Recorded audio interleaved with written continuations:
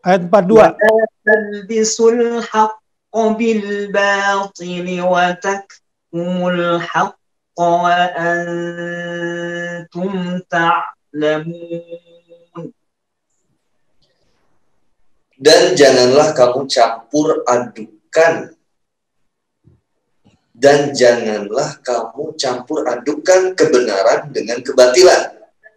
Dan janganlah kamu sembunyikan kebenaran, sedangkan kamu mengetahuinya.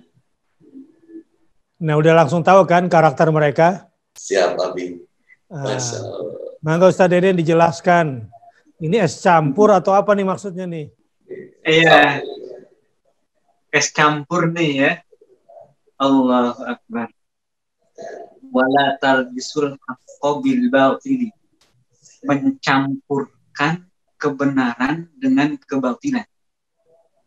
Apalagi oplosannya itu 50-50. Setetes saja kebatilan tercampur kepada kebenaran, maka akan beracun semua. Gitu. Dan Bani Israil ini terang-terangan melakukan itu. Terang-terangan melakukan itu. Maka ini pun juga merupakan perintah untuk segera menghentikan praktik itu. Atau larangan ya. Larangan itu tak lain adalah perintah untuk menghentikan. Atau qalabut tarki. Wa taktumul haqqa wa antum ta'lamun.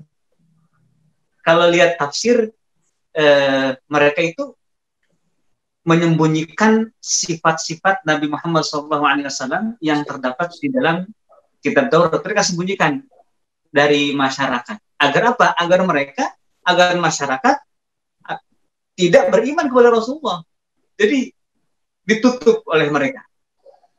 Makanya ini saksinya itu salah seorang pendeta Yahudi yang bernama Al-Husain bin Salam itu. Atau kemudian diberi nama oleh Rasulullah jadi Abdullah bin Salam.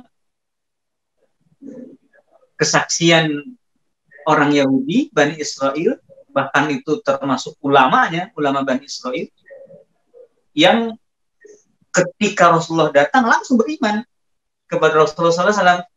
Hanya saja kan Abdullah bin Salam ini bukan keturunan Nabi Harun, jadi tidak otoritatif untuk mengajak umatnya gitu. Karena Huyai bin Akhtab ini sebagai yang punya otoritas itu menjadi orang yang mempraktekkan mencampur adukan kebenaran dan menyembunyikan kebenaran tentang Rasulullah SAW. Jadi Al-Quran itu menurut Bani Israil yang diseru di sini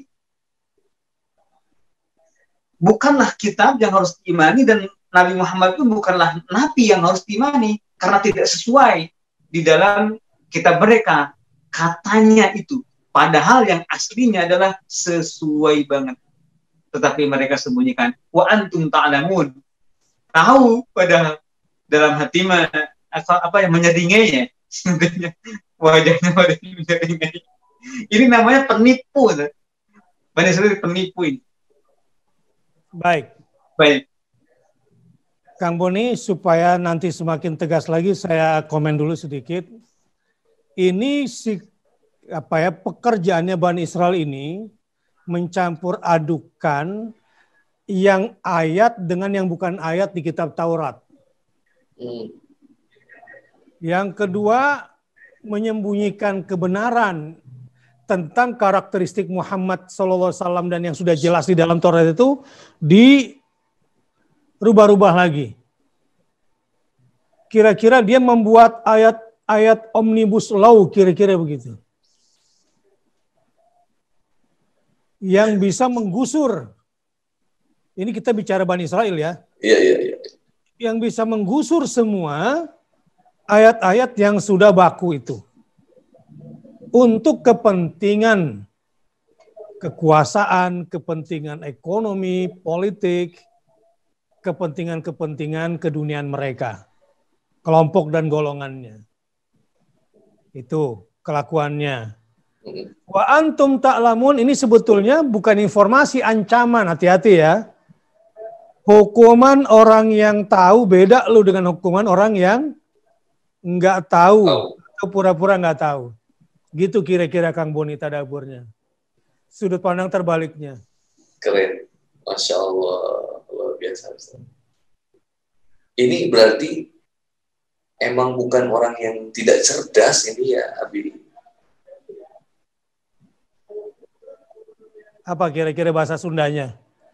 Pinter tapi suka minteri gitu. Iya. Ya, menggunakan kecerdasannya untuk membodoh-bodohi. Membodohi. Apa Iya benar. Ya apa ya bahasa Sundanya sadanya? Namanya ngabobodo jelma bodoh. Iya. Berarti kan maksud aku tuh yang aku tangkap wala tabisul haqqa bil batil ini orang yang bisa ngelakuin ini kan bukan orang yang nggak ngerti Taurat. Dia paham banget Taurat kan. Dan dia tahu kebenaran juga yang ada dalam Al-Qur'an. Iya. Dan ini pelakunya tokoh-tokohnya. Iya, tokoh-tokohnya lagi. Iya. Ya. Ini berarti main idenya kan ada di tokoh-tokohnya ya, Ustaz. Dan dia berusaha memutarbalikan fakta demi kepentingan golongannya yang menguntungkan secara tadi politik, kekuasaan dan seterusnya. Iya. Oke, siap. Ya. Jelas ya. Jelas, Abi.